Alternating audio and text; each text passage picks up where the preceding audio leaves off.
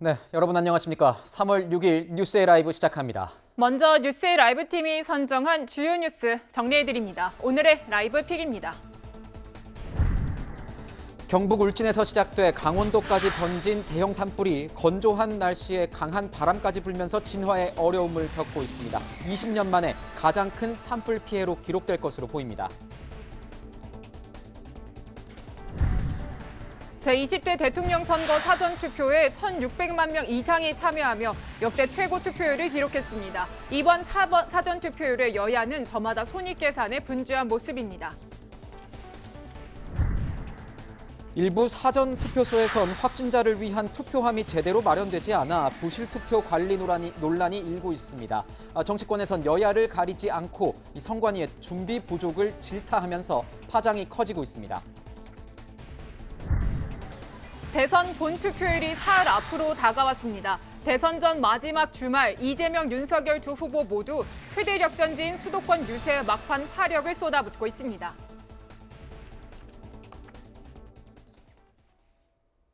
네, 오늘의 첫 소식은요. 이 산불 관련된 소식을 다뤄보도록 하겠습니다. 산불의 기세가 정말 거셉니다.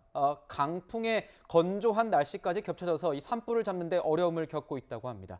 백승주 한국열린사이버대 소방방재과 이 특임 교수 전화로 연결해 대책 등 알아보겠습니다. 교수님. 이 경북 울진과 강원 삼척, 이 강릉, 동해 등 이 곳곳에서 산불이 좀처럼 잡히지 않고 있는데요. 오늘 목표는 이 주불 진화잖아요. 이렇게 주불이 안 잡히는 이유는 도대체 뭡니까? 네, 지금 그 이틀 동안 강력하게 확산됐던 울진 산불부터 또 거점이 다른 그 강릉에서부터의 산불까지 동해안 전역에 걸쳐서 광역화로 빠르게 퍼지고 있는데 이게 10일 이상 건조 경보가 발효된 상태에서 바싹 말라있는 산에서 강풍까지 겹치면서 지금 불을 꺼도 다시 재발화가 일어나고 이렇게 확장되고 재발화까지 일어나는 그런 어려운 상황으로 지금 되고 있습니다. 그렇군요. 네, 지금 진화 헬기와 함께 지상 인력 4천여 명을 투입해서 동시에 진화 작전을 펼치고 있는데 이번 진화 작업에서 가장 중요한 점은 무엇이라고 보십니까? 네, 지금 현재 이렇게 그 광역으로 퍼진 상태에서 두 가지 꼭 말씀드리고 싶은데요. 전략적인 부분에서는 영향구역을 확산하는 것을 방지하는 부분이고요. 네. 그리고 인명에 대한 안전 부분입니다. 인명 안전에 대한 부분은 지금 산불에 대한 확산 영향구역 내에서 꺼지고 다시 붙고 하면서 소방대가 지금 전역으로 분산이 돼 있습니다. 그러다 보니까 이제는 예를 들어 소위 119에 전화를 한다고 구조 요청을 할 수 있는 상황은 아니거든요. 네. 그래서 영향구역 내에 있는 분들은 빨리 대피를 완료하셔야 되겠고요. 인근 지역의 주민들께서도 위험하다고 판단이 되면 선제적인 대피도 필요하겠습니다. 네, 그렇군요. 지금 말씀해 주신 게 이제 확산도 방지해야 되고 인명 피해도 최소화해야 된다 이렇게 말씀해 주셨는데 진화 작업이 늦어지면서 피해가 계속 커지고 있지 않습니까? 지금 가장 시급한 조치는 뭐라고 보십니까? 지금 현재 가장 시급한 조치는 전체 면적의 불을 한꺼번에 다 끌 수는 없는 상황이고요. 그래서 선별적인 좀 대응이 필요합니다. 네. 인명 피해 방지를 최우선한다고 제가 말씀드렸는데 이게 좀 추상적으로 들을 수 있는 부분이지만 아직 타지 않은 구역들이 있습니다. 무슨 말이냐면은 이제 북풍이 불면서 LNG 기지까지 올라갔던 울진 산불이 다시 남향으로 울진 지역으로 이제 영향구역을 넓히고 있는데요. 이틀 동안 건너뛰기로 이게 초속 20m/s까지 이르면서 빠르게 건너뛰기로 확산되던 영역에서 그 외곽 지역보다 내부 지역에서 미연소된 그 지역들이 많습니다. 네. 그래서 그런 부분들에서 이렇게 선제적으로 이제 구획이 되거든요. 탔던 부분은 다시 안 타거든요. 그게 자연적인 방화선이 구축이 되는 겁니다. 그래서 국도와 하천과 그다음에 타는 이 방화선 이렇게 구획을 해서 구획별로 좀 전략적인 대응이 좀 필요하겠습니다. 방화선 구획이 가장 중요하다 이렇게 말씀해 주셨습니다. 네, 지금 축구장 15,000여 개의 면적 10,000헥타르가 넘는 산림이 산불 영향 구역에 포함이 됐습니다. 불길은 동서로 10km까지 번지면서 진화가 쉽지 않다고 하는데 교수님 피해도 상당할 것으로 예상이 됩니다. 네, 지금 느끼시는 체감이 예를 들어 2019년도에 아주 컸던 고정 산불 같은 경우도 네. 피해 소실 면적이 지금 그 발표 면적의 5분의 1 정도 수준밖에 안 됩니다. 네. 그래서 그 상황에서 지금 엄청나게 많은 광역에서 소화대응하고 있기 때문에 재산적인 피해 부분은 아직까지도 나중에 더 많이 조사를 해봐야 될 것이고요. 그리고 지금 현재 재난 사태 선포가 돼 있는데요. 특별 재난 지역 선포가 되기 위해서 구역에 대해서 이렇게 좀 조사를 하고 이런 부분이 필요하지만 지금 선제적으로 재난 지역을 먼저 선포를 하고요. 나중에 확장하는 방식으로 네. 이런 방식으로 해서 피해에 대한 대응을 피해를 결과적으로 축소시킬 그럴 필요가 있다고 보여집니다. 네, 교수님 지금 인명피해 최소화 말씀하셨는데 근처 지역 주민들은 이미 뭐 대피해 계실 테지만 영향구역이 이제 확대되고 있는 상황에서 인근 네. 지역에 계신 분들도 이제 대피를 준비하셔야 되잖아요. 이 대피 네. 시점과 대피 시에 주의해야 할 점이 있다면 교수님께서는 어떤 점을 좀 짚어주시겠습니까? 네, 일단은 대피를 하실 때는 평상시에 대피를 판단하실 때는 재난방송에 귀를 기울이시고요. 다시 말씀드리지만 현재 상황에서는 어떤 행정력, 공권력이 가서 구조를 하고 인도를 하기는 어려운 시점입니다. 그렇기 때문에 그 넓은 영향구역 인근에 계신 분들은 재난방송에 귀 기울이시고 판단 여하에 따라서 선제적인 피난도 필요하십니다. 이래서 그 대피를 하실 때는요, 주변 가구에 대피했다는 내용들을 알리셔가지고 나중에 신속한 조치를 더 끌고 오셔야 되고요. 그리고 하실 때는 가연물이나 이런 것들은 차단을 시키고 집 안으로 두시고요. 산에서부터 날라오는 불빛 때문에 이런 그 가구적인 피해가 많습니다. 그렇기 때문에 적셔두시고 탈 것들을 이렇게 피해 놓으신 다음에 대피하시는 그렇게 해주시는 그 요령이 필요하겠습니다. 네. 네, 지금 뭐 가장 걱정됐던 부분이 원전과 삼척 LNG 생산 기지였습니다. 이 소방력을 집중해서 교수님 방어선 구축에 나선 것으로 알려지고 있는데 위기는 좀 넘긴 것으로 보면 되겠습니까? 네, 그저께 밤부터의 그 긴박한 위기는 넘겼지만 그렇다고 해서 지금 안전한 상태로 보여지지는 않습니다. 왜 그러냐면 지금 화재가 지금 울진 지역에서 확산이 되고 있고요. 사실 처음에 우려했던 부분은 삼척 LNG 기지 쪽이 네. 완공된 지가 몇 년, 2019년에 완공이 돼서 얼마 안 됐습니다. 그래서 자체 피해에 대한 우려가 컸는데 지리적인 위치가 잘 선정이 되어서 그 하부의 그 아래쪽에 남쪽으로 가곡천이 있었고요. 네. 가곡천 2km 지점까지 이렇게 불이 갔다가 다시 밑으로 내려왔거든요. 네. 그래서 초두에 말씀드린 자연적인 방화선은 LNG 쪽은 좀 구축이 돼 있다고 볼 수도 있습니다. 그렇군요. 그런데 이제 또 강릉에서부터의 산불이 또 칠봉국도변으로 해가지고 아래로 내려오고 있는 또 상황이기도 하고요. 그래서 네.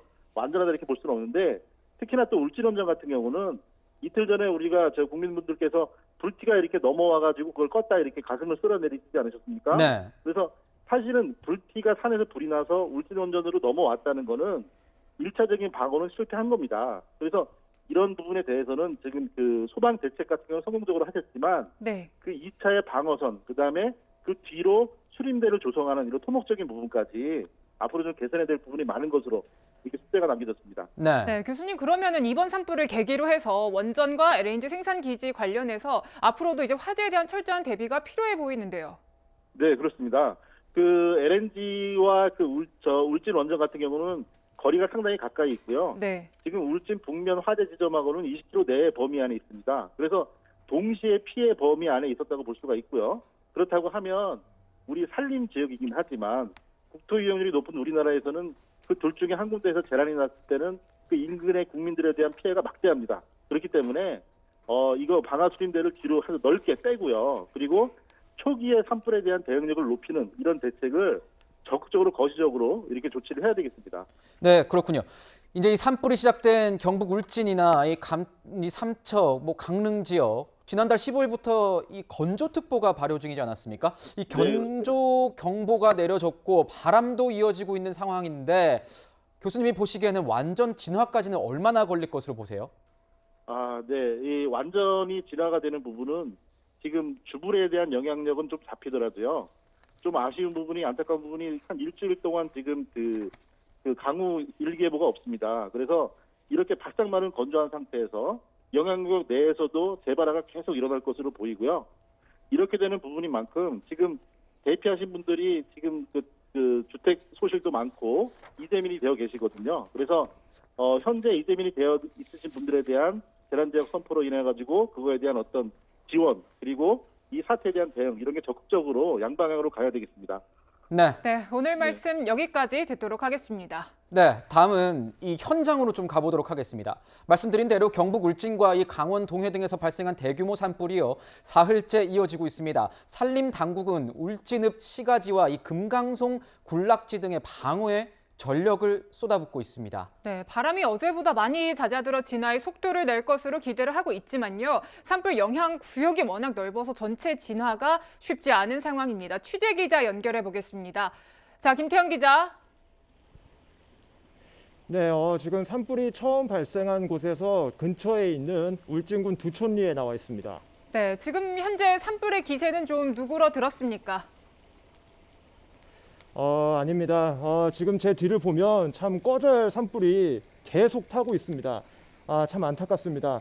또 연기가 자욱하고요. 지금 재도 날리고 있는 상황입니다. 이게 불이 꺼졌다가도 바람 때문에 다시 살아나는 악순환이 계속되고 있는 겁니다. 더군다나 지금 보시는 것처럼 불띠가 이렇게 넓게 퍼져 있어가지고 쉽게 대응도 어려운 상황입니다.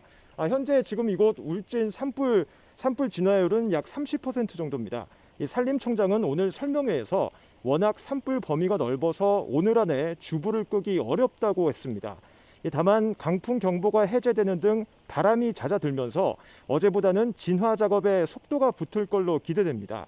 지금까지 축구장 16,000개 면적의 산림이 불에 탔고 380여 개의 시설물 피해가 집계됐습니다. 오늘 화재 진압의 핵심은 울진 소강리에 있는 금강송 군락지입니다. 500년 넘는 소나무와 평균 150살인 금강송들을 지키기 위해서 진압되는 방화선을 치고 있습니다. 네. 그런데 김 기자, 보면 이 산불이 난 곳이 한 곳만이 아닌 거잖아요. 그렇습니다. 현재 전국에서 산불 진화 중인 곳은 지금 채널A 취재진이 있는 이곳 울진 말고도 이 강원의 강릉, 영월, 동해, 그다음에 대구, 달서, 그다음에 경기, 안산, 그다음 부산, 금정까지 모두 7곳입니다. 이 건조한 날씨가 계속되면서 산불이 이어지고 있는 겁니다. 우선 울진 산불이 처음으로 시작된 곳에 CCTV도 확보됐습니다. 금요일인 그제 오전 11시 14분쯤 연기가 피어오르다 1분 뒤 불길이 솟아오릅니다. 7분이 지나자 산 전체로 번지는 장면이 확인됩니다. 아직 사고 원인은 정확히 나오지 않았지만 인적이 드문 왕복 2차선 도로에서 처음 불이 시작됐다는 증언이 있어서 산림당국이 조사하고 있습니다. 연기가 나기 직전에 차량 석 대가 지나가는 장면도 CCTV에 잡혔습니다. 담뱃불 같은 실화 가능성에 대해서 조사가 이루어질 걸로 보입니다.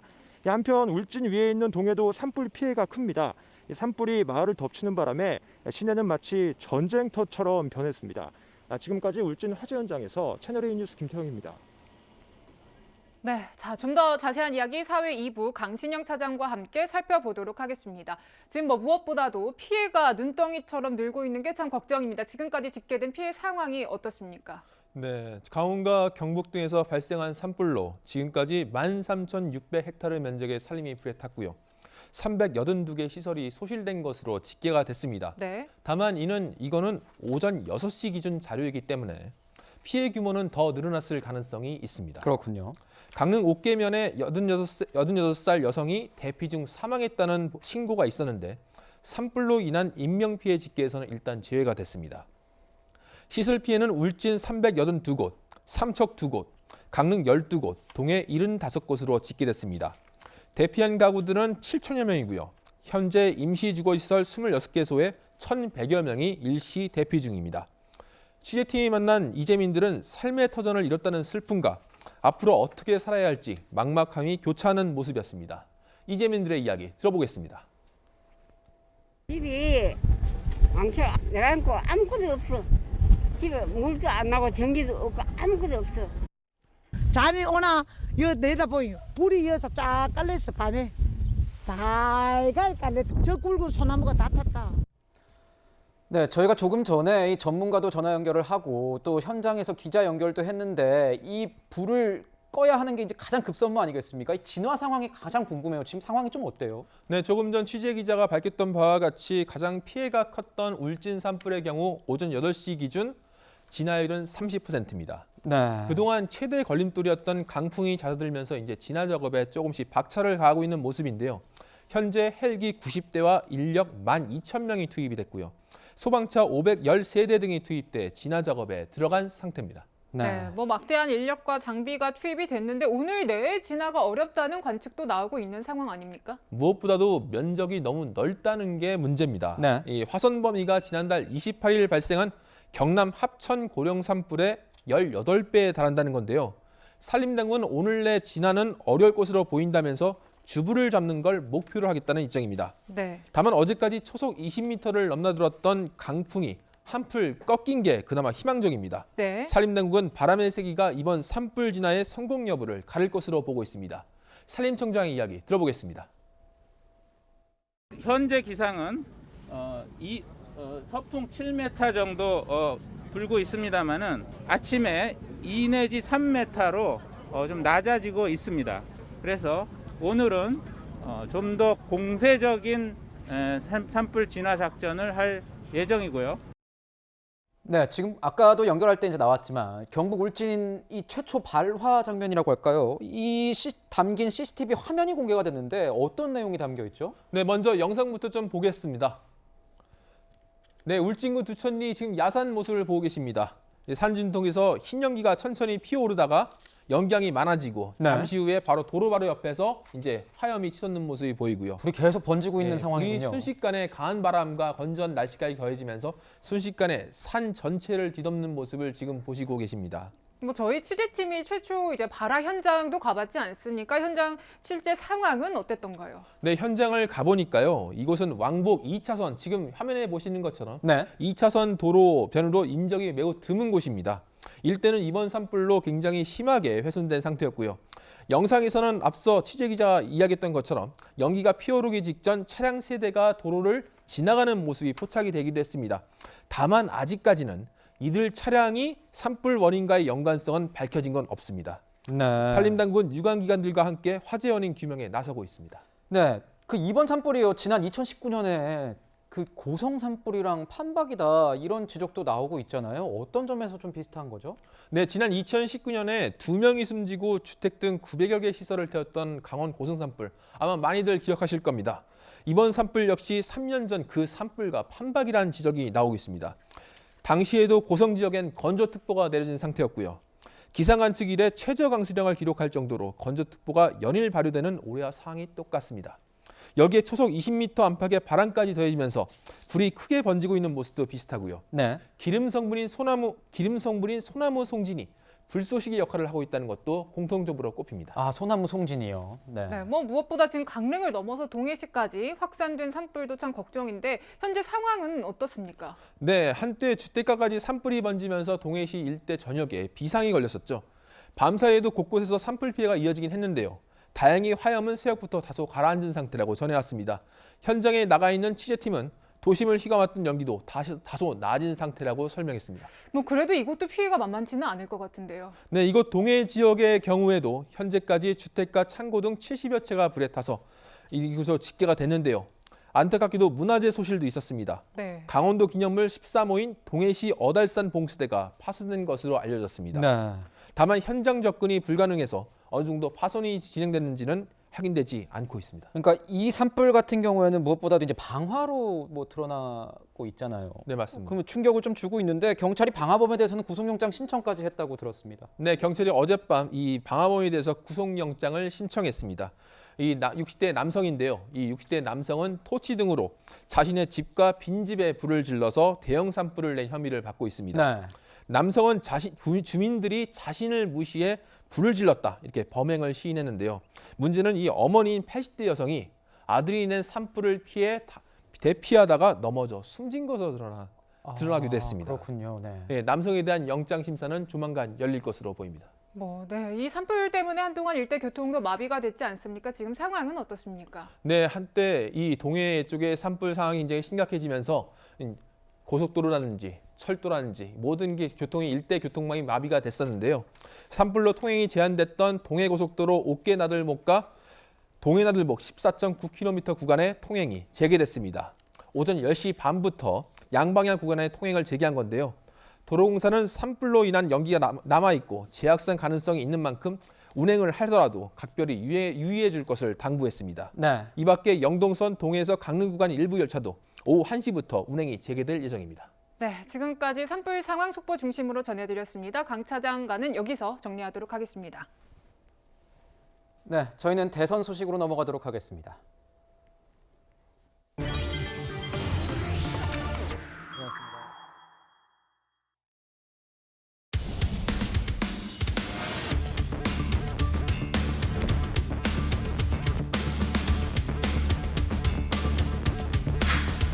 촛불을 들고 광화문과 시청 앞에 모이셨던 수많은 국민들을 생각했습니다.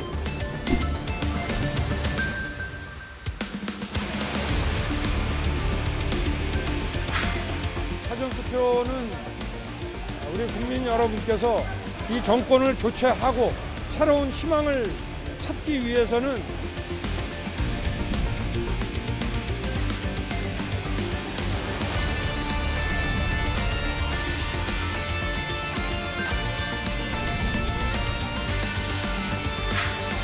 선관위로부터 보다 확실한 실태 파악과 그리고 앞으로의 대응 방안, 어떻게 개선할지, 어떻게 책임을 물을지에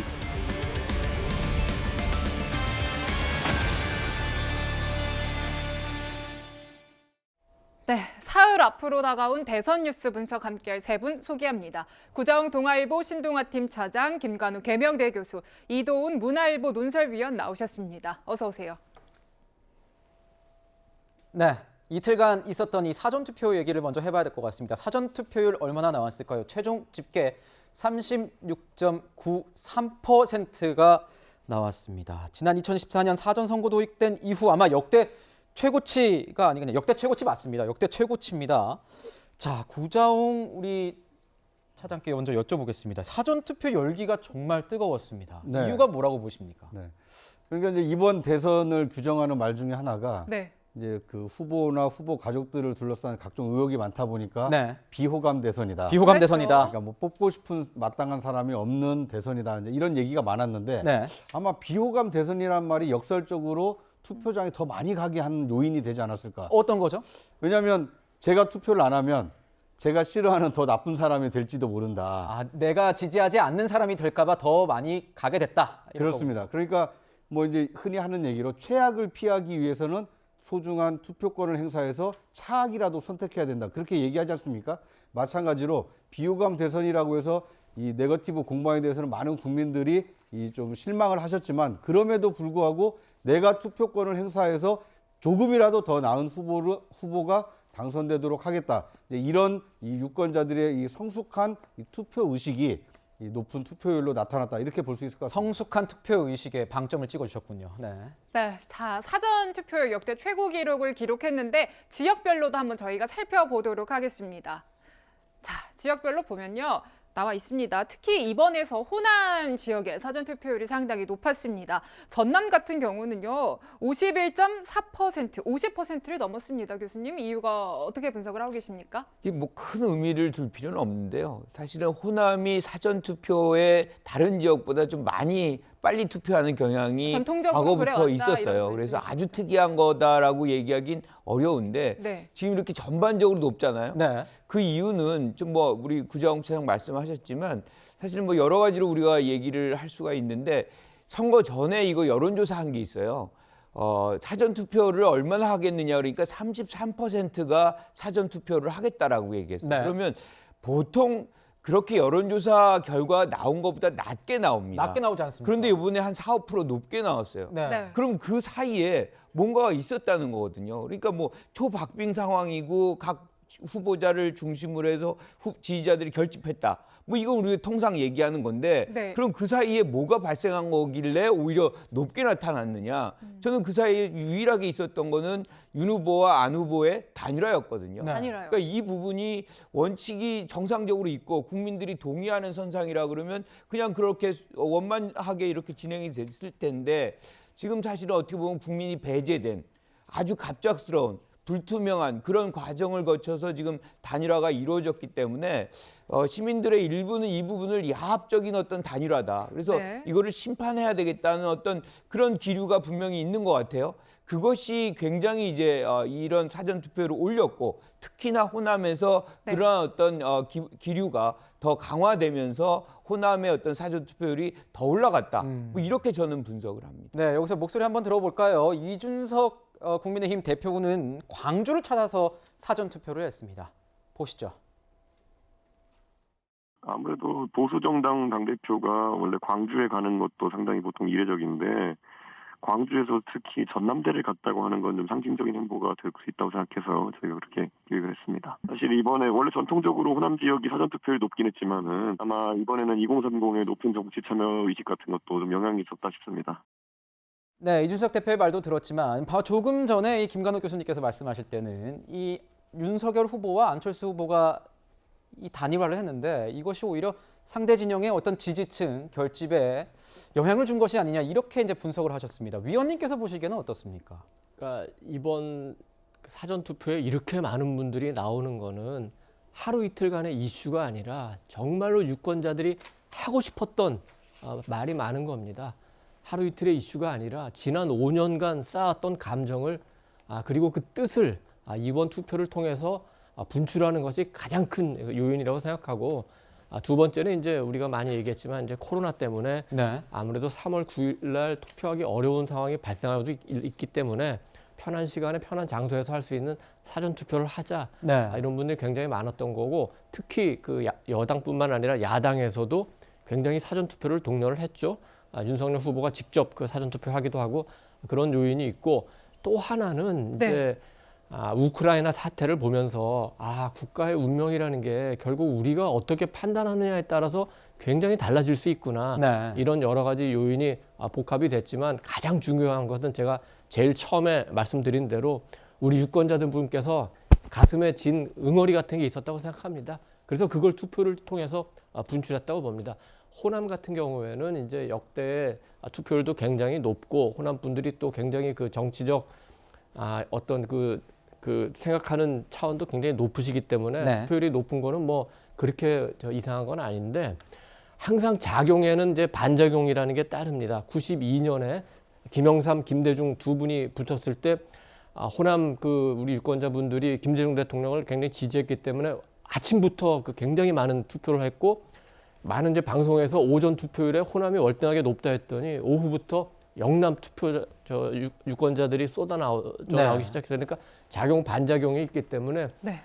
호남 투표율이 사전 투표에서 높다고 그게 본 투표율까지 계속 일방적으로 이어지기보다는 어떻게 균형을 맞출 수 있다. 다만 이번에 호남 투표율 높은 것 중에 하나 감안할 게 있다면 이번에는 보수당 후보가 호남을 사실상 포기하지 않고 정말 열심히 했어요. 공을 들였죠. 그렇습니다. 그래서 그만큼 올라갈 수 있냐. 특히 복합 쇼핑몰이라는 의외의 이슈를 던짐으로써 그동안의 호남의 정치는 이념의 정치였는데 이거를 민생의 정치로 한번 도전을 해봤고 호남의 정치가 과거 5.18과 같은 그걸 나쁘다는 게 아니라 과거 지향적인 이슈였다면 이번에는 현재 미래지향적인 이슈를 어쨌든 보수 야당에서 내걸었기 때문에 이게 이제 나중에 개표로 볼 때 호남에서 얼마나 많은 호응을 얻었나 그걸 보는 것도 굉장히 관심거리라고 생각합니다. 네, 호남 투표율을 두고도 이렇게 다른 시각차가 좀 보이는 것 같습니다. 네, 이번 선거에서는 여야 모두 사전 투표에 굉장히 공을 들였고요. 특히 지역별로 봤을 때 이재명 후보 같은 경우 수도권 표심 열심히 공략했습니다. 목소리 듣고 분석 이어가겠습니다.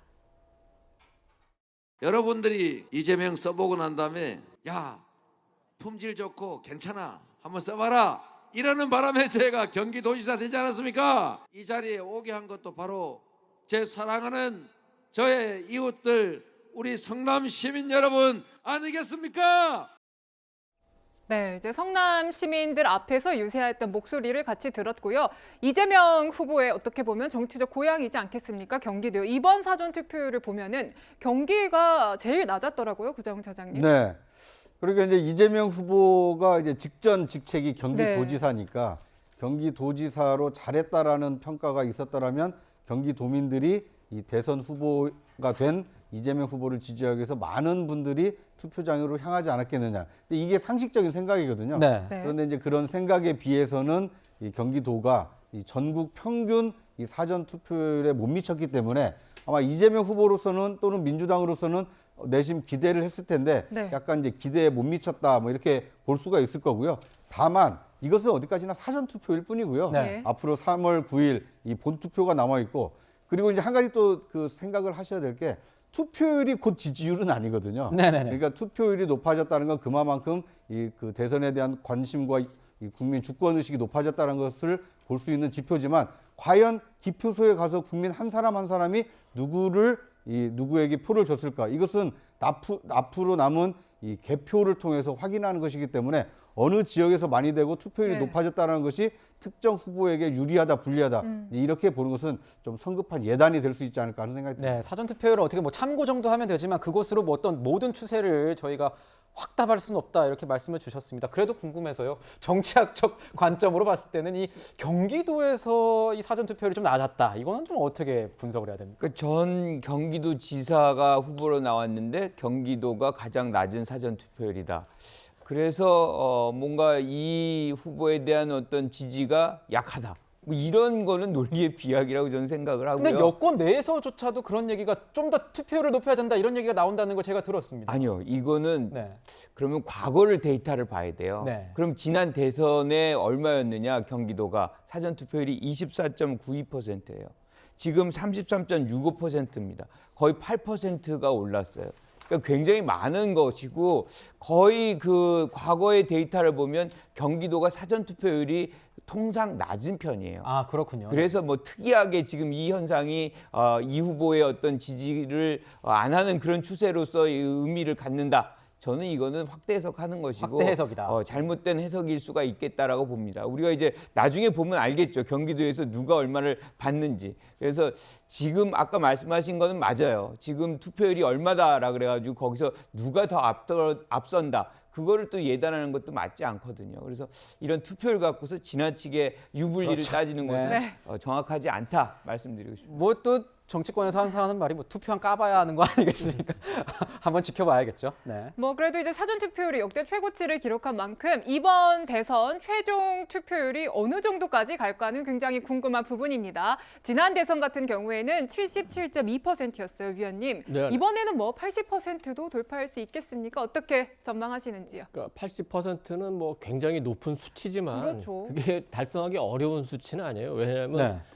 우리 국민이 굉장히 그 정치 참여 의식이 높고 네. 특히 대통령은 반드시 내 손으로 뽑아야 되겠다는 의지가 굉장히 강해서 초기 정부 시절에는 그 97%까지 나온 적도 있어요. 네. 그리고 그 97년 선거까지만 하더라도 80%도 넘는 그 투표 결과가 대부분이었고 다만 2000년대 넘어오면서 70% 정도 기록을 했는데 이번 선거는 아까 말씀드린 여러 가지 요인으로 인해서 유권자들의 관심이 굉장히 많기 때문에 충분히 80% 나온다고 봅니다. 왜냐하면은 사전 투표가 이제 4% 가까이 나왔는데 이게 뭘 의미하냐면 유권자를 100으로 기준해서 나온 숫자고 실제로 이제 투표율이 그 80% 정도 된다 하면은 벌써 절반 정도가 사전 투표에 투표를 한 거예요. 그렇다면은 본 투표는 사전 투표보다는 많을 거기 때문에 70%도 넘어서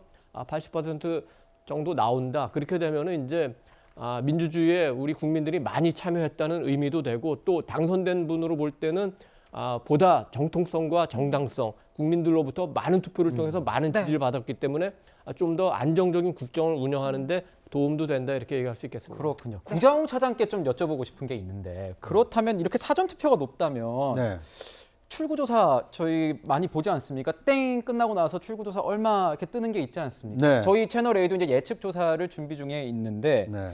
이게 이 사전 조사가 이렇게 많이 높다면 이 본 투표일의 조사 결과랑 추세가 똑같다. 뭐 본 투표일의 출구 조사가 꼭 맞을 것이다. 이것에 대한 것은 조금 의문이 생기기도 하는데 어떻게 보십니까? 그리고 저는 방송 3사들이 이제 출구조사를 지금 준비를 하고 있는데 묘하게 사전 투표는 사실 굉장히 집계하기가 어렵습니다. 왜냐하면 이 그 본 투표 날의 경우에는 투표장에서 일정 거리를 떨어져서 실제 투표하신 분들을 붙잡고 누구한테 기표했는지를 조사를 하는 것이기 때문에 상당히 실제 개표 결과랑 근접할 수가 있는데 네. 이번에 사전 투표 같은 경우에는 전국에서 어디에서 했는지를 파악하기가 상당히 어렵습니다. 그러니까 전국 어디서나 원하는 곳에서 사전 투표를 할 수 있었던 것이 자기 지역 선거구로 이제 그 개표를 하기 위해서 가는 것이기 때문에 아마 이것은 출구조사에서 상당히 좀 그 어려움이 좀 있을 것으로 보이고요. 다만 과거 이제 그 대선이나 그 이전 이 출구조사와 실제 이 출구조사와 사전투표의 상관관계를 좀 따져봤을 때 오차가 그렇게 크진 않았거든요. 오차가 크지 않았군요. 네, 그런데 이제 이번 대선도 늘 뭐 하루가 멀다 하고 여론조사를 실시를 해왔기 네. 때문에 사전투표와 본투표의 어떤 표심이 크게 달라질 것이다. 이렇게 예상하기는 좀 어렵기 때문에 출구조사가 뭐 실제 개표 결과가 뭐 오차가 크게 나지는 않을 것이다. 뭐 이렇게 전망을 해봅니다. 네. 사전 투표는 그게 출구조사가 안 돼요. 이게 되면 이게 뭐 우리가 그 출구조사 한 데에서 네. 이거를 누설한다. 그러면 그 자체로서 또 선거에 영향을 위반이 될 주는 수 있죠. 거거든요. 그렇죠. 그래서 아예 네. 이 사전 선거는 출구조사가 안 되는 것이기 때문에 사실상 본선거 더 이상의 선거가 없는 과정 속에서만 출구조사가 가능한 거거든요. 그런데 지금 이제 우리가 데이터를 보면 여권 후보 지지자가 사전 투표를 하는 그런 경향성이 높다. 야권 지지자가 뭐 이 본선거 투표하는 경향이 높다. 뭐 이렇게 나와 있거든요. 네. 그러니까 그걸 데이터를 그대로 본선거 것만 활용을 한다면 사실은 오류가 발생을 해요. 그래서 만약에 출구조사를 해서 그거를 이제 발표를 할 거라면 7시 30분에 그렇다 그러면 보정을 해야 됩니다. 이거는 충분히 사전 선거에서 어떻게 나왔는지를 보정하는 작업이 정확하게 나와야만 사실상 출구조사 7시 30분에 하는 것이 정확하게 나타날 수 있겠다 이렇게 봅니다. 네, 채널A는 조금 더 정확한 정보를 드리기 위해서 본투표 당일날요, 이 출구조사보다 더 정확한 방법의 어떤 예측조사를 준비 중이라는 말씀 드리겠습니다. 네, 첫 번째 순서에서는 역대 최고 기록을 세운 사전 투표율의 의미를 분석해봤습니다. 네, 저희는 그 사전 투표에서 있었던 논란 좀 다뤄보도록 하겠습니다.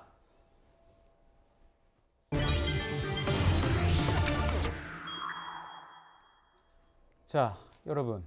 이 사전투표는요, 역대급을 기록을 했지만 논란도 있었습니다. 어제 오후 9시에도 일부 투표소에서 사전투표가 마감이 안 되는 그런 사태가 벌어졌습니다. 이게 종료 시간이 6시인데 되지 않았다. 위원님, 이거 무슨 일이 있었던 겁니까? 우선 그 선거는 민주주의의 꽃이라고 합니다. 그렇죠. 선거가 흔들리면 민주주의 자체가 흔들리는 거예요. 네. 그런데 지금 이번 선거 관리에서 굉장히 중대한 문제점들이 발생하고 있기 때문에 향후 이제 선거 대선이 끝난 이후에도 이 문제는 철저히 규명돼야 되고 책임까지 정확하게 물어야 되는 대단히 중대한 사안입니다. 지금 이제 문제의 본질은 뭐냐면은 법에 투표소는 그 투표장에 하나만 설치하게 돼 있습니다. 네. 그런데 그 확진자나 이제 격리된 분들이 네. 코로나 바이러스에 감염될 우려가 있기 때문에 투표함에 직접 표를 넣는 게 제한이 되기 때문에 그거를 선거 실무 요원들이 이제 실어 나르는데 그 과정에서 여러 가지 문제점들이 드러나는 거죠. 어떤 곳에서는 뭐 쓰레기 봉투가 사용됐다는 얘기도 있고 골판지가 사용됐다는 얘기도 있고 어떤 데는 비닐 그 봉지를 사용해서 관내 투표가 있던 경우에는 어떤 누구를 찍었다는 게 그대로 드러나는 경우도 있고 이런 부실적인 논란이 있고 그거보다 조금 더 심각한 거는 혹시 이거 부정 아니야 하는 그 의혹도 있는데 뭐냐면은 내가 그 임시 그 투표함에 넣었는데 넣으려고 보니까 안에 투표용지가 이미 들어 있었고 그 투표용지에 1번 후보가 찍혀 있었다는 지금 주장도 있기 때문에 이게 만약에 사실이라면 이거는 부실을 넘어서 부정이 될 수 있기 때문에 이 부분에 대해서는 철저하게 규명해서 해야 되고 이런 사태를 충분히 예방할 수도 있었습니다. 여야에서 이번에 그 선거법을 개정하면서 네. 이런 상황이 날 수 있으니까 충분히 시간을 두자. 적어도 3시간은 우리가 확진자나 격리자를 위해서 확보하자 했는데 선관위가 부득불 1시간 반이면 된다고 우겼기 때문에 이런 사안을 미리 못 막은 측면도 있기 때문에 아직은 진행 중이어서 결론 내긴 쉽지 않습니다. 냉철하게 보면서 철저하게 이 상황을 잘 관리해야 될 것 같습니다. 네, 어제 뭐 상황을 보면은 상당한 혼란이 이어졌고 지금도 여파가 계속되고 있는데요. 선관위에서는 선거 전에 잘할 수 있다면서 자신감을 내비쳤습니다. 그 목소리 준비했습니다. 일단 의원님 말씀대로 이제 확진자가 이제 늘어나기 때문에 그분들에 대한 참정권이 소중하죠. 그래서 그분들 참정권 보호에 그 초점을 두고 또 아울러서 이제 감염병으로부터 국민의 안전이 또 중요하니까 그 점까지 망라해서 저희가 안전하게 투표할 수 있도록 이렇게 방침을 정하고 방역 당국하고 협의하고 있습니다. 네, 이렇게 자신감을 보였었는데요, 차장님. 사실 네. 어제 뭐 상당한 혼란이 있었고 아프신 분들이잖아요, 확진자 같은 경우에는. 그런데 뭐 밖에서 1시간, 2시간씩 절차가 지연되기도 했었다고 하던데요. 네. 그러니까 이제 이 중앙선거관리위원회 아닙니까? 네. 말 그대로 선거 관리를 잘 해야 되는 것이 본업인 기관인데 물론 코로나19라는 이제 초유의 사태이기 때문에 뭐 대비가 어느 정도 미흡할 수는 있었다라고 감안을 하더라도 네. 공정선거가 의심되는 이런 이 그 불미스러운 일이 여러 건 발생했다는 것은 그만큼 준비가 부실했다, 부족했다. 그리고 이것은 지금 당장 사전투표만의 문제가 아니고 앞으로 지금 9일 사흘 뒤에 치러지는 이 본투표에서는 그럼 네. 과연 제대로 이 그 확진자들이 투표를 할 수 있느냐, 객관적으로 투표함이 관리가 될 수 있느냐, 이 문제가 지금 남아 있거든요. 네. 그러니까 이것은 단순히 무슨 실수다 이렇게 넘어갈 수 없는 좀 중대한 사안이라고 보고요. 이번 그 본투표 뭐 남아 있는 선거를 철저하게 그 중립적으로 관리할 수 있도록 대비하는 것이 먼저일 것 같고요. 선거가 끝난 이후에도 사전 투표에서 제기됐던 여러 논란에 대해서는 이 사후 검증을 통해서 네. 이 부정투표 의혹에 대해서는 한 점 의혹이 없도록 좀 검증을 해야 되지 않을까 하는 생각이 듭니다. 네, 지금 뭐 선관위 쪽에서는 미흡함이 있었다. 하지만 이 임시 기표소 투표 방법은 법과 규정에 따른 것이다. 모든 과정에 정당 추천 참관인이 참관을 보장하여 절대 부정의 소지는 있을 수 없다. 이런 입장을 견지하고 있다는 점 말씀을 드리겠는데 교수님께 좀 여쭤보고 싶은 건 이런 겁니다. 2020년 4월에 우리가 총선을 했을 때 코로나 초기였습니다. 그 당시에는 정말 뭐 크게 문제 없이 잘 해냈기 때문에 K방역이다, K방역 선거다 이러면서 외신에서도 굉장히 극찬을 했던 상황이었는데 그것도 홍보도 많이 했죠, 정부에서. 그렇죠. 근데 지금 상황에서는 뭐 이런 얘기 나올 수 있겠습니까? K방역 선거 얘기 나올 수 있겠습니까? 그때와 지금의 차이는 환자 수의 차이가 있어요. 이 부분에 대한 어떤 간과가 이런 어떤 당혹스러운 장면을 만들어냈다라고. 중앙선거관리위원회가 그렇죠. 이런 부분을 지금 간과했다. 1시간 반, 3시간 늘려달라는데 1시간 반으로 한 거잖아요. 환자들입니다. 3시간을 기다리고 2시간을 기다리게 하는 것이 이게 잘한 관리인가요? 저는 지금 방호복 우리 보잖아요. 본인들 방호복은 아주 철저하게 입는 것 같아요.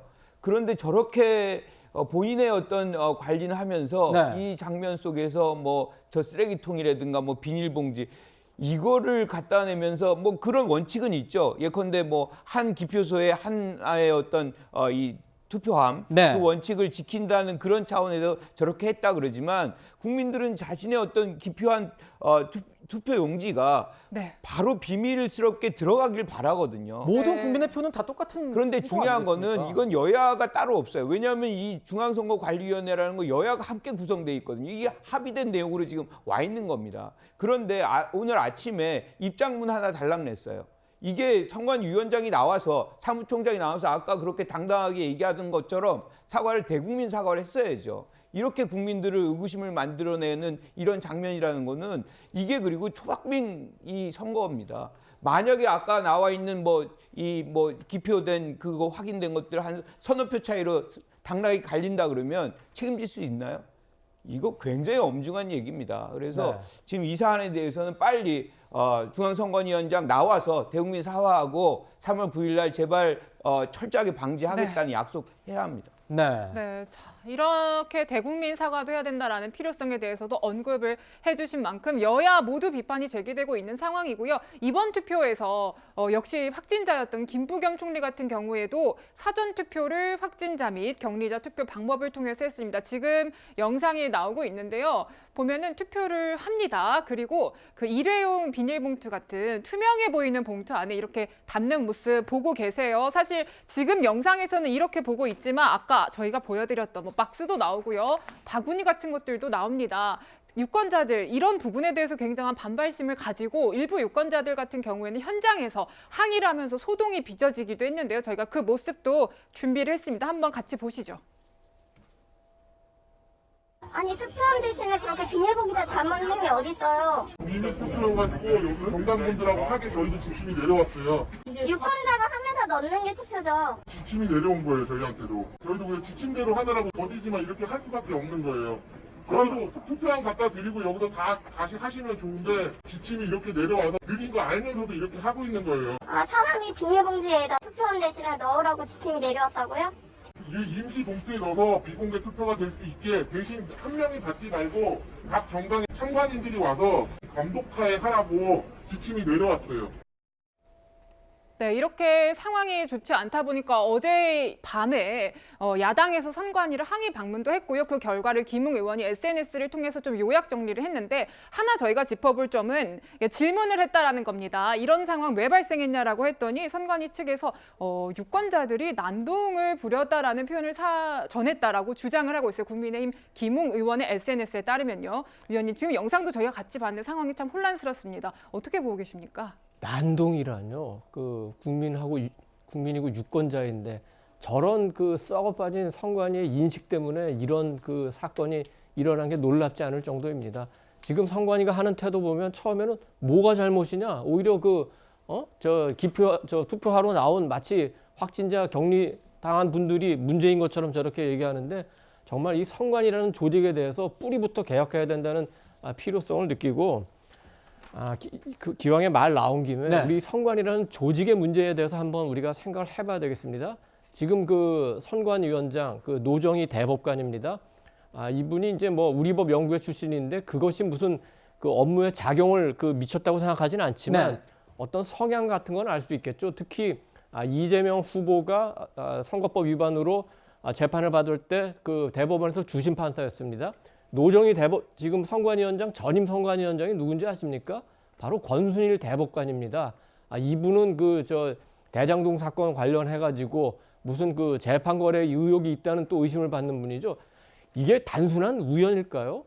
그거는 상임위원을 한번 따져보시죠. 조혜주 전 상임위원. 문재인 선거 캠프에서 공명선거 특보를 했다고 선거 백서에 기록된 인물이 중립성과 공정성이 가장 중요시한 선관위의 상임위원을 3년을 맡고 임기가 끝나니까 내보내지 않기 위해서 꼼수로 임기를 연장하려다가 반발이 나오니까 물러났고 그 자리에 어떤 분을 앉히려다가 그분은 도저히 중립성이나 공정성으로 볼 때 맞지 않는다는 내부 반발까지 나왔기 때문에 결국 상임위원 자리를 지금 비워두고 하는 거죠. 선관위원이 9명이 있습니다. 그중에 이제 2명을 임명을 못하고 7명이 있습니다. 그중에 6명이 대통령과 대법관이 임명한 사람입니다. 1명은 국회에서 여야 공동으로 임명한 사람입니다. 야당 몫이 원래 한 사람 있어야 되는데 그 사람도 임명하지 않았어요. 이런 기본적인 구조에서 어떻게 공정하고 중립적인 선거 관리가 나올 수 있는지 그동안 야당은 계속해서 제기를 했지만 전혀 인사 그리고 그동안의 어떤 현수막 등 여러 가지 이슈에서 한 번도 개선된 전향적인 입장을 보이지 않았기 때문에 이번 선거 관리는 중립성, 공정성 이런 문제를 떠나서 이 기본적인 선거 관리까지 근본적인 문제를 나타내고 있기 때문에 선거 뒤에 어떤 방식으로든 선관위는 대대적으로 개혁돼야 된다고 봅니다. 네, 이번 위원님의 말씀 중에서는 위원님 개인의 어떤 추측과 견해를 바탕으로 된 입장이 반영이 됐다는 말씀을 저희가 드리겠습니다. 자, 이런 상황에서 또 우리 김관욱 교수님 얘기도 들어야겠죠. 지금 말씀해 주신 거는 이런 대법관의 어떤 그런 대법관이 이제 위원장인데 그 위원장의 구성까지도 이제 뭐 이렇게 의혹을 하는 이런 목소리도 있다는 겁니다. 아니 그러니까 부실한 선거 관리에 대해서는 책임을 물어야 되고 이 부분에 대해서는 어떤 방식으로든 개선을 해야 되는 겁니다. 네. 이거는 국민들을 굉장히 어렵게 하는 잘못된 행정이에요. 그리고 이게 선거의 엄중함을 모르고 하는 그런 부분들입니다. 그런데 문제는 이 선관위원장이 당연히 이 부분에 대해서 책임을 져야 되겠죠. 그런데 이 분들이 이재명 후보의 어떤 재판에 대법관의 어떤 상황에서 존재했었다는 것, 그래서 이재명 후보의 어떤 연관성을 부각시키는 것, 이거 선거 이틀 전, 3일 전에 이렇게 얘기하는 거는 좀 저는 굉장한 무리라고 생각이 들고요. 또 한 가지가 지금 이렇게 부실한 선거 관리가 되면 누구한테 더 이득이 되나요? 여당 후보한테 이득이 되나요? 야당 후보한테 이득이 되나요? 이거를 자초하는 여당 후보가 어디 있습니까? 그러니까 이런 식으로 이렇게 연관성을 짓는 거는 일종의 이제 매도를 하는 거다라는 인식을 제가 갖게 됩니다. 네, 그렇군요. 자, 이런 상황에서요. 자, 국민의힘 의원들 항의 방문을 했다고 합니다. 어떤 모습이었는지 좀 지켜보시죠. 아니 잠깐만요. 아니 여기는 저희 아 그러면 집무실에서 안 되면 나가서 이야기를 하세요. 오늘 이 일이 왜 발생했는지 여기 기자들이 있을 때 해명하면 오세요. 저희는 항의 전화 받느라고 업무를 못할 정도예요. 성실히. 나가세요. 우리는 법과 원칙을 지켰으니까 혹시 어긴 게 있으면 법대로 하라라는 정말 오만방자한 답도 들었습니다. 참으로 어이가 없습니다. 가장 화가 났던 것은 도대체 공직선거법상 정해져 있는 절차를 지켜달라고 하는 국민들한테 난동을 부린다라는 표현을 한 것입니다. 어떻게 감히 국민에게 공직선거법 지키라고 했던 국민한테 난동을 부린다는 표현을 쓸 수 있는지 참으로 참혹할 따름입니다. 자, 대선 후보들도요, 이런 선관위에 대해서 굉장히 날선 비판을 했습니다. 윤석열 후보 유세장에서 이런 말을 했다고 합니다. 들어보시죠. 어제 확진자 투표에 관해서 좀 문제가 생긴 거 다 아시죠? 걱정하지 마시고 3월 9일 날 모두 투표를 해 주십시오. 지금 우리 당에서도 그 경위를 조사 중인데 제가 볼 때는 사전투표 부정 의혹을 늘 가지고 계시는 보수층 유권자들의 분열책이 아닌가 싶습니다. 네, 윤석열 후보는 뭐 보수층 유권자들을 분열시키려는 어떤 술책이 아니냐 뭐 이런 식으로까지 얘기를 하고 있는 상황인데 여당에서도 선관위에 대한 비판이 계속 나오고 있습니다. 자, 이재명 후보 이렇게 얘기하고 있습니다. 코로나에 확진되신 분들이 투표하는 과정에서 많은 불편을 겪었다.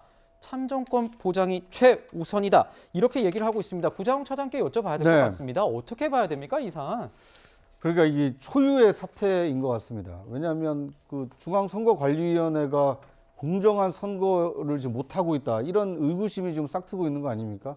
이제 이렇게 되면 투표권을 행사해야 되는 국민들이 이 투표를 해도 내 한 표가 제대로 관리가 잘 되고 있는가, 또 개표가 객관적으로 잘 돼서 이 당선자가 이 논란 없이 잘 발표가 될 수 있을 것인가. 이 제2, 제3의 논란으로 이어질 수 있기 때문에 선관위는 어쨌든 이 사전투표에서 불거졌던 문제에 대해서 이 자초지정을 충분히 설명하고 본투표에서는 이런 일이 재발되지 않도록 어떻게 대비하고 있다는 것을 이 국민들에게 소상히 밝힐 의무가 있어 보입니다. 또 한 가지는 여야 의원들 또는 소속 정당에 따라서 입장차가 있을 수 있지만 지금 선관위의 중립성을 지금 따져서는 제가 볼 때는 3월 9일 본투표를 제대로 치러내기 좀 어려울 수 있다고 봅니다. 일단 매 눈으로 이 관리 감독을 철저히 해서 본투표가 잘 무리 없이 이루어질수록 하고, 그리고 투개표까지 마무리된 이후에 사전투표에서 제기됐던 논란, 그리고 이 잘잘못 이거에 대해서는 사후에라도 대선이 끝난 이후에라도 바로잡기 위한 노력이 좀 필요하지 않나 하는 생각이 듭니다. 네, 자, 이번 사안에 대해서 여야 가리지 않고 비판 나오고 있고요. 양당 대표들 어떤 목소리 내고 있는지 저희가 함께 준비했습니다. 보시죠. 확진자 사전투표 관련 선관위의 기획은 안일했고 실행 과정은 조잡했으며 사후 해명은 고압적이기까지 했습니다. 쓰레기 봉투나 택배 박스에 국민의 소중한 표를 담을 때 선관위 어느 누구도 그것이 잘못되고 이상함을 인지하지 못하고 바로잡지 못했다면 그 또한 우려를 낳는 부분입니다. 이 사태가 발생한 것에 대해서 전체적인 책임을 질 인사에 즉각적인 거취 표명이 있어야 할 것입니다. 네, 자, 이준석 대표 같은 경우에는 인사 관련해서도 언급을 했고요. 송영길 대표 같은 경우는 저희가 그래픽으로 목소리를 준비를 했습니다. 그러니까 선관위가 잘못을 인정하고 있고 확진자가 워낙에 많이 나오다 보니까 기표소와 투표소의 거리가 떨어져서 이동 등이 제대로 검증이 안 된 것이다라고 말을 했습니다. 어찌됐든요, 교수님. 본투표까지는 대책이 좀 필요해 보이는 거는 사실입니다. 지금은 6시 이후에부터 7시 반까지 확진자 및 격리자 투표를 하는 걸로 나와 있는데 어떤 보완이 좀 필요할 걸로 보십니까? 지금 시간을 늘릴 수는 없어요. 이건 법으로 정한 거기 때문에 1시간 반 동안 해야 되는 것이고, 그래서 지금 중요한 거는 기표소를 늘리는 방법뿐이 없거든요. 근데 이것도 법정으로 이제 지정된 건지 그 확인을 좀 해야 될 필요성이 있고요. 아니면 우리가 지금 대책의 여러 개 중에 하나가 인원을 늘리는 수밖에 없는 거거든요. 그래서 늘린다. 지금 검사하고 뭐 이런 과정들이 시간이 해가지고 환자들인 분들이 2시간을 넘게 기다리고 또 그러다가 또 못하신 분들도 있어요. 그러니까 지금 상황에서는 뭐 모든 역량을 다 투여를 해서라도 이분들의 어떤 투표 과정이 원만하게 이루어질 수 있도록 중앙선관위는 진짜 준비를 이번만큼은 철저하게 해야 된다 이렇게 생각합니다. 그렇습니다. 100%라고 보면 지금 36.9% 했고 나머지 60% 이상의 유권자들이 남아 있습니다. 본투표 3월 9일이죠. 그날까지 중앙선거관리위원회가 어떤 대책을 내놓고 있는지 한번 지켜봐야 될 것 같습니다. 네, 자, 이번 순서에서는 역대 최고의 사전투표율이 빛이 바랜 이 논란들의 파장을 짚어봤습니다. 자, 3일 남았습니다. 본투표요. 마지막 유세 현장 어떤지 한번 보겠습니다. 가시죠.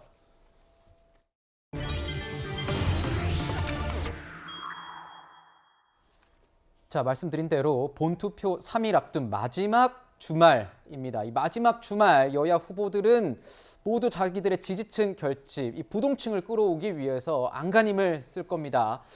지금 뭐 이재명 후보 그리고 윤석열 후보 모두 이 수도권에서 이 주말 막판 유세를 하고 있다고 하는데요. 구자영 차장께 여쭤보겠습니다. 네. 수도권에서 하는 이유는 있겠죠? 아, 그렇습니다.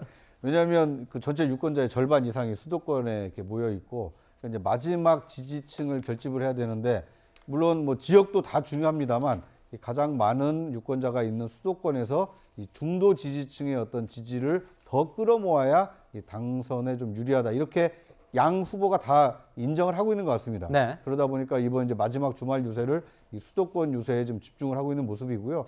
더더군다나 이재명 후보의 경우에는 앞서 우리 사전투표에서도 살펴본 것처럼 경기도, 그러니까 경기도지사를 지낸 대선 후보가 경기도에서 높은 지지를 받지 못한다라면 다른 지역에서 얼마나 더 받을 수 있겠느냐. 이제 이런 회의론이 있기 때문에 네. 아마 수도권 유세에 좀 집중을 하고 있는 모습이고요. 마찬가지로 윤석열 후보의 경우에도 네. 가장 많은 유권자가 있는 수도권에서 유리한 고지를 선점을 해야만 전국적으로 고른 지지율을 바탕으로 당선할 수 있다. 이런 이 선거 전략이 오늘 유세 일정에 좀 담겨 있다. 이렇게 볼 수 있을 것 같습니다. 그렇군요. 네, 자, 지역, 수도권, 서울 공략을 하고 있고요. 자, 이번 대선에서 2030 청년층 그리고 여성의 표심에도 굉장히 많은 관심이 가고 있습니다. 왜냐하면요, 여론조사를 저희가 한번 같이 보겠습니다. 물론 이 후보와 이제 윤석열 후보와 안철수 후보 단일화 전의 여론조사이고요. 공표금지 전에 여론조사이긴 한데요. 보시다시피 2030 여성 중에서 아직 누구를 지지하겠다고 결정하지 못한 분들이 많은 걸로 보입니다. 이재명 후보 같은 경우에는 여성 전용 커뮤니티에 이제 글을 올려서 지지를 호소하는 그런 공을 들이는 모습도 보이고 있던데요, 교수님. 지금 아까 지역적으로는 수도권이에요. 네. 마지막 승부처가. 그리고 이제 지금 사실상 여론조사상으로 가장 잡히지 않는 영역이 여성입니다. 네. 30대, 40대 전업주부들이 제일 그 반응률이 굉장히 낮거든요. 그러니까 지금 여론조사상으로 안 잡히고 있다는 것도 하나고 부동층의 70%가 여성이에요. 네. 그러면 결과적으로 승부는 여성표를 누가 더 가져가느냐에 따라 가늠이 될 것이다는 것이 지금 이제 여론조사계에 이제 알려지는 그런 부분이기 때문에 네. 저는 이재명 후보의 입장에서는 실질적으로 그 아까 우리 커뮤니티, 네. 여초 커뮤니티 같은 경우는 굉장히 많습니다. 한 100만 명에 가까운 그런 인원으로 구성이 되어 있는데 이분들은 굉장히 실행력이 강해요. 그러니까 실질적으로 표를 투표하는 그런 어떤 이 실행력을 담보하고 있는 그런 커뮤니티이기 때문에 이재명 후보는 아주 그 표를 받아내는 그 부분에 직접적으로 이제 노력을 한 것이고 그것들이 이제 파급 효과를 가져갈 때 여성들의 어떤 흐름을 잡아낸다 그러면 승기를 좀 얻어가는데 큰 도움을 받을 수 있겠다 이렇게 봅니다. 네, 그렇군요. 자, 이 후보 같은 경우에는 이 남은 시간을 인물론을 부각하는 데 쓸 것 같다 이런 얘기가 나오고 있습니다. 어떤 목소리 내고 있는지 들어보겠습니다. 대통령 유능하고 책임감 있고 경험 있고 이런 프로 검증된 실력을 가진 프로한테 맡기면 얼마나 좋겠어요. 그런데 만약에 초보 아마추어한테 맡기면 어떻게 되겠습니까, 여러분? 초보 아마추어 국정 연습하게 할 겁니까? 검증된 실력을 갖춘 프로에게 국가 경영을 맡기겠습니까, 여러분?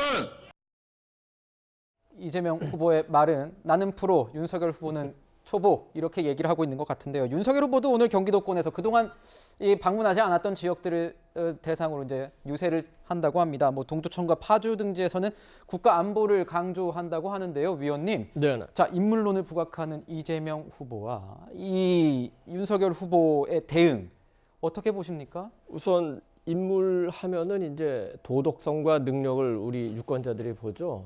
도덕성이라는 측면에서는 뭐 이재명 후보가 안타깝지만 결코 뭐 높은 점수를 받기는커녕 굉장히 아마 낮은 평가를 받을 겁니다. 능력과 같은 부분에서는 그동안에 뭐 여러 가지 논란이 있겠지만 대장동이라든지 백현동이라든지 최근에 이제 다시 이제 보도되기 시작한 다른 지역이라든지 보면은 네. 이건 너무 부패했던 거 아닌가 하는 의혹이 있기 때문에 물론 그게 다 지금 뭐 수사나 재판을 통해서 확정된 거는 네. 아닌 의혹 상태이긴 하지만 네. 그런 의혹을 받고 있는 거죠. 이재명 후보는 계속해서 그 윤석열 후보가 초보 아마추어라고 얘기하는데 정치 경력은 굉장히 짧죠, 윤석열 후보가. 그런데 예상치 않게 대단한 정치력을 보여주고 있어요. 사실은 당내 1차 경선, 2차 경선에서 함께 경쟁했던 후보를 다 끌어안았죠. 홍준표, 유승민, 원희룡까지. 그리고 1987년 이른바 민주화 이후의 그 대선에서 네. 그 보수가 분열하지 않은 선거가 딱 한 번밖에 없습니다. 그게 2012년 대선이고 박근혜 그 대통령 후보가 보수 단일 후보로 나왔고 87년부터 계속해서 보수가 분열된 후보가 나왔습니다. 근데 이번에는 단순히 보수가 분열되지 않고 통합한 건 물론이고 중도까지 끌어안은 것은 이번 대선이 처음입니다. 그런 점에서 볼 때는 결과적으로 윤석열 후보가 대단한 정치력을 발휘해서 보수를 통합하고 중도까지 아울렀다. 이 정도면은 대통령으로서 충분한 정치력을 보여줬다. 이렇게 생각합니다. 네, 개인적인 입장 말씀해 주셨다고 정리하고 가겠습니다. 네. 그렇군요. 네, 자 그러면요. 자 이어서 또 저희가 분석을 해볼 부분은 단일화 관련입니다. 저 극적으로 며칠 전에 단일화가 이뤄졌는데요. 이에 대해서 여야는 의미 부여를 전혀 다르게 하고 있죠. 여당에서는 굉장히 경계하면서 깎아내리는 단일화의 의미를 좀 깎아내리는 그런 발언들을 이어가고 있는데요. 일단 목소리 준비했습니다. 들어보시죠. 단일화가 물 건너갈 때 나왔던 소위 이제 진행 일지 파일의 제목 못 만나면 깐다라고 했던 게 안철수 후보에다 보내는 이 공개 협박 메시지 이런 것이 아니었을까라는 의심을 받기에 충분하죠. 한밤중에 밀실에서 두 후보가 만나서 합당까지 합의를 했다. 이것은 상당히 의문이 가는 그런 대목입니다. 사실은 안철수 후보의 정치 생명을 놓고 거래가 있었던 건 아닌가. 네, 이제 뭐 정치 생명을 놓고 거래가 있었던 것 아니냐라는 그런 추정까지 하는 목소리를 들었는데요. 이렇게 여권에서는 이제 정치적인 야합 아니냐라면서 비판을 하고 있고 또 과거 2002년에 당시의 단일화 사례를 언급하면서도 분석을 이어가고 있던데요. 그렇죠. 단일화에 대한 부분은 제가 좀 이따 말씀드리고요. 좀 전에 이제 말씀하신 그 후보들의 도덕성 얘기를 안 하고 갈 수가 없어요. 도덕성이라는 것이 사실 국민이 평가하는 거거든요. 굉장히 상대적이고 그럼 윤석열 후보는 도덕적인가? 지금 사실은 뭐 본인뿐만 아니라 부인 그리고 장모까지 그 도덕적인 부분에서 굉장히 흠집이 많다는 얘기들이 많잖아요. 가장 우리 국민들이 특히나 청년들이 민감해하는 그 군 입대 문제에서 부동시 얘기 계속 나오고 있어요. 사실 이거 금세 확인할 수 있는 거거든요. 지금이라도 안과 가서 확인할 수 있는데 확인 안 해주고 있잖아요. 거기다 부인의 어떤 주가 조작 혐의, 장모는 뭐 말할 것도 없죠. 아주 다양한 형태의 혐의들이 지금 존재하고 유죄 판결까지 나와 있습니다. 이제 그런 부분들이 어떻게 보면 이제 이 호감을 떨어뜨리는 비호감의 선거를 만들고 있는데 지금 이재명 후보 같은 경우는 그래도 이제 본인 정책을 얘기를 해요. 그런데 지금 윤석열 후보는 본인 얘기를 하기보다는 이재명을 얘기를 합니다. 그러니까 이재명 후보에 대한 어떤 네거티브에 집중하고 있는데 사실 국민들은 이 시점쯤 되면 본인이 만들고 싶어하는 어떤 세상, 이런 정책들, 이런 얘기 좀 듣고 싶어 하는 거고요. 지금 단일화 얘기 잠깐 말씀드리면 사실은 단일화가 굉장히 당혹스럽게 만들어졌거든요. 그러니까 초기에 이제 뭐 안 후보가 먼저 제안을 했지 않습니까?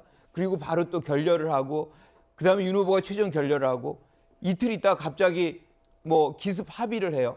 그 사이에 어떤 일이 있었는지 국민들은 몰라요. 왜 이게 문제가 되냐면 이 단일화 과정에서 국민들이 배제가 돼 있습니다. 그러니 이 부분을 이 단일화를 어떻게 좋게 받아들일 수 있겠어요. 저는 원칙 없는 어떤 합의에 대해서는 국민들은 절대 보상하지 않습니다. 여기에 대해서 굉장히 심판적인 행위가 벌어질 가능성이 높다. 저는 이렇게 생각합니다. 네, 김관욱 교수님의 어떤 견해를 저희가 들어봤습니다. 자, 이런 상황에서 민주당은 계속 이 선거 판세를 두고 이 단일화 역풍 얘기를 좀 하고 있지 않습니까? 강훈식 우리 전략기획본부장 이렇게 얘기하고 있습니다. 3%포인트 차이로 이길 것 같은데 안철수 역풍 때문에 그렇게 되지 않을까 이렇게 얘기를 하고 있습니다. 자, 안철수 국민의당 대표 어제 단일화 선언 이후에요. 이 처음으로 윤석열 후보와 유세를 했다고 합니다. 보시죠. 기호 2번 윤석열 후보 뽑아주신다면 반드시 정권 교체 그리고 더 좋은 대한민국 만드는 위해서 정말 혼신의 힘 바치겠습니다. 보답하겠습니다. 저와 함께 더 좋은 나라를 위해 진격할 우리 안철수 대표를 한번 연호해 주십시오, 여러분. 네, 구장 차장님 보면은 이 단일화 역풍에 대해서는 이렇게 네. 둘이 사람이 유세를 하면서 맞받아치는 모습인데 어떻게 보십니까? 그러니까 단일화 과정을 중요시하는 측에서는 이제 역선택이 있을 수 있다, 역결집이 있을 수 있다 이렇게 얘기를 하는 것이고요. 단일화 결과를 중시하는 분들은 정권 교체를 바라는 후보들이 힘을 합했으니까 정권 교체를 바라는 지지층이 이제 한 후보로 지지로 모아지지 않겠느냐. 이렇게 과정을 중시하느냐 결과를 중시하느냐에 따라서 해석이 다른 것 같습니다. 네. 그 최종 결과는 3월 9일 투표장에 가시는 국민들께서 네. 최종 결론을 내려주시겠죠. 네. 자, 마지막 순서에서는 대선 전 마지막 일요일에 여야 후보들의 전략적 움직임 분석해봤고요. 세 분 말씀은 여기서 마무리하도록 하겠습니다. 감사합니다.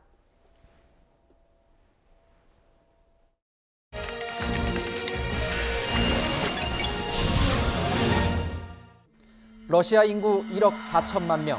그중 한 사람일 뿐이지만 단 한 사람의 선택으로 인해 러시아의 운명이 그리고 옆 나라 우크라이나의 운명이 바뀌고 있습니다.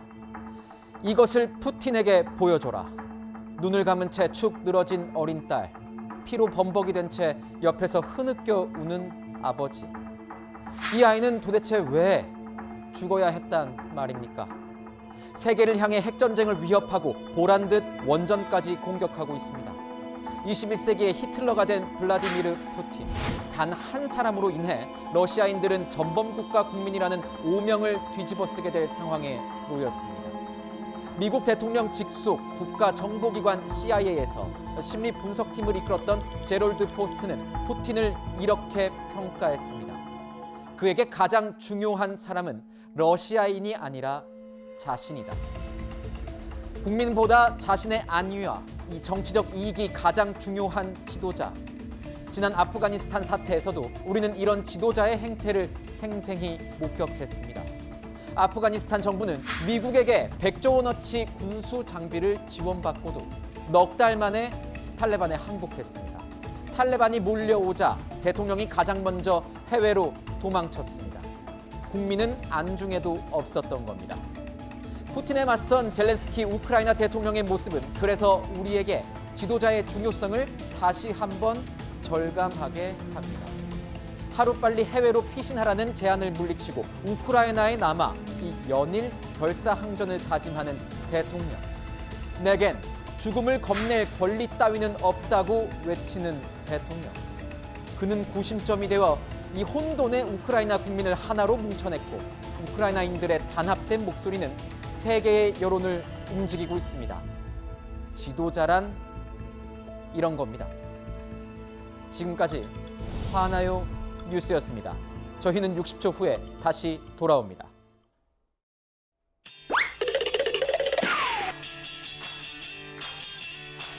주요 뉴스를 미리 보는 시간이죠. 앞으로 뉴스입니다. 코로나19 장기화로 생계 어려움을 겪는 방과 후 강사 등 특수고용직 종사자와 프리랜서에게 최대 100만 원이 지급됩니다.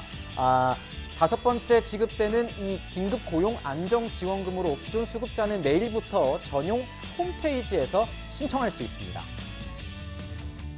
네, 이번 주 화요일은 세계 여성의 날입니다. 한국여성단체협의회는 함께하는 대한민국 편견 없이 하나로를 주제로 기념 행사를 진행하며 양성평등 5대 정책 및 10대 과제를 발표할 예정입니다. 네, 1위 맥주 업체인 오비맥주가 화요일부터 맥주 공장 출고 가격을 평균 7.7% 인상합니다. 앞서 하이트진로는 소주 출고 가격을 7.9% 올리는 등 주류 가격이 잇따라 오르고 있습니다. 대장동 개발 특혜 의혹을 심리하는 재판에 이번 주 주요 증인이 소환됩니다. 금요일엔 대장동 사업의 공모 지침서 작성에 관여한 것으로 알려진 회계사가 소환되는데 추가 이익 환수 조항이 빠진 부분에 대해 어떤 답변을 내놓을지 관심입니다. 홍앵커 보니까 오늘 아침 굉장히 쌀쌀하더라고요. 이게 꽃샘추위인가요? 네, 꽃샘추위가 찾아온 겁니다. 한낮에도 서울 7도, 대전 9도에 머물 텐데요. 최근에 포근한 날씨가 이어졌기 때문에 더욱 춥게 느껴질 수 있겠습니다. 무엇보다 이 일교차가 커서 건강관리 잘 해주셔야겠습니다. 게다가 이 연일 메마른 날씨가 이어지고 있죠. 네, 그렇습니다. 서울을 포함한 전국 많은 지역으로는 건조특보가 발효 중이고요. 동해안을 따라서는 건조경보가 내려져 있습니다. 네, 경각심을 갖고 이 불씨 관리 잘해야겠습니다. 자, 이번 주에 드디어 대선이 있는 주간입니다. 날씨 알려주시죠. 네, 우선 내일 낮부터는 좀 추위가 풀립니다. 이번 주 내내 낮에는 포근한 봄 날씨가 예상이 되는데요. 대선일인 수요일에도 맑고 포근합니다. 그렇군요. 날 좋은 봄날에 소중한 한 표 꼭 행사하시길 바랍니다. 저희가 준비한 소식은 여기까지입니다. 일요일엔 뉴스에이 라이브입니다. 네, 시청해주셔서 감사합니다.